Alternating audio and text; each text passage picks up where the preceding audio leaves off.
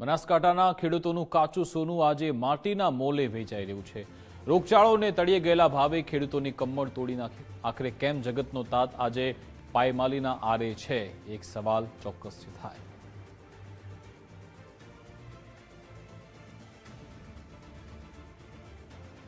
બનાસકાંઠા એટલે બટાકાનું હબ, જ્યાં આ વર્ષે 64,948 હેક્ટરમાં મબલક પાકની આશાએ વાવેતર થયું હતું।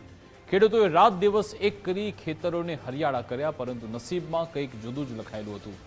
વાદળછાયા વાતાવરણ અને ભેજને કારણે પાકમાં એવો રોગચાળો ફેલાયો કે ઉત્પાદનમાં ધબડકો પડ્યો। જ્યાં વીઘે બમ્પર પાક ઉતરતો, ત્યાં આજે માત્ર 130થી 150 કટ્ટામાં ખેડૂતોએ સંતોષ માનવો પડી રહ્યું છે।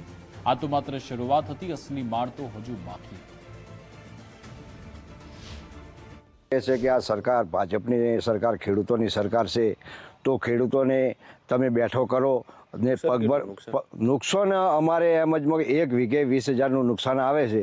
એ વીઘે જો મારે એમ જ લાખ રૂપિયાનું નુકસાન, 5 વીઘામાં લાખ રૂપિયાનું નુકસાન હોય તો બનાસકાંઠા જિલ્લાની અંદર 64,000 હેક્ટરનું વાવેતર છે।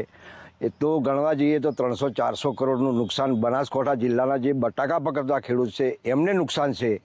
તો સરકાર જો આ ખેડૂતને જો એમ જ પગભર કરે, થોડી સહાય કરે તો ખેડૂત બેઠો થઈ શકે।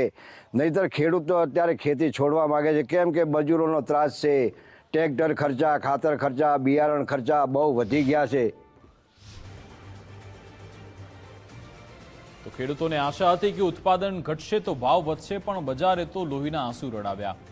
ગત વર્ષે જે બટાકા 300 રૂપિયા પ્રતિમણ વેચાતા, તેના ભાવ આજે 130થી 140 રૂપિયા ગગડ્યા છે। ગણિત માંડીએ તો બિયારણ, ખાતર અને મજૂરી પાછળ વીઘે 60,000નો ખર્ચ છે, જેની સામે આવક માંડ 40,000 પણ થતી નથી। દરેક વીઘે 20,000 જેટલું નુકસાન થઈ રહ્યું છે।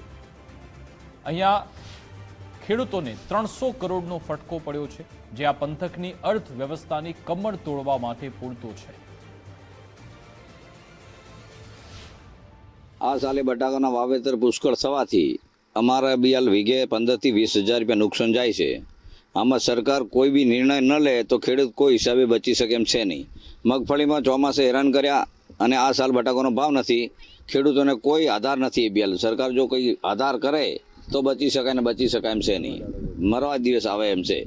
મારે બિયાલ 10 વીઘામાં બટાકા હતા, વીઘે 15થી 20,000 રૂપિયાનું નુકસાન છે। બાકીનું થોડા ઘણું તો એસ્કેપ નીકળે છે, કોણાવાળા નીકળે છે ને આ રીતે ખેતી છે, એટલે ખેતીમાં બટાકા લેનાર જ કોઈ નથી। ટેકાના ભાવ કંઈક જાહેર કરે સરકાર, કંઈ સહાય ખેડૂતો માટે આપે તો સારી વાત છે। તો મુસીબત અહીંયાથી પણ નથી અટકતી। ડીસા પંથકના ખેડૂતોએ અગાઉ ચોમાસામાં મગફળી ગુમાવી અને હવે બટાકામાં પણ પાયમાલી મળી। બટાકાને સાચવવા માટે કોલ્ડ સ્ટોરેજમાં મૂકો તો ત્યાં પણ મોંઘું ભાડું વસૂલાય છે। ઓગસ્ટ સુધીનું ભાડું પ્રતિ કટ્ટા 115 રૂપિયા છે, જે ઓગસ્ટ પછી 140 સુધી પહોંચી જાય છે। એટલે કે માલ વેચાય તો ખોટ અને સાચવે તો પણ આર્થિક બોજ। આ સ્થિતિમાં હવે ખેડૂત પાસે સરકારના ટેકાના ભાવ કે સબસિડી સિવાય બીજો કોઈ રસ્તો નથી બચ્યો। 15 વીઘા બટાકા વાયા છે અને અત્યારનો ભાવ જોતો મને વીઘે લગભગ મૂડીમાં 20,000નું વીઘે નુકસાન આવે છે।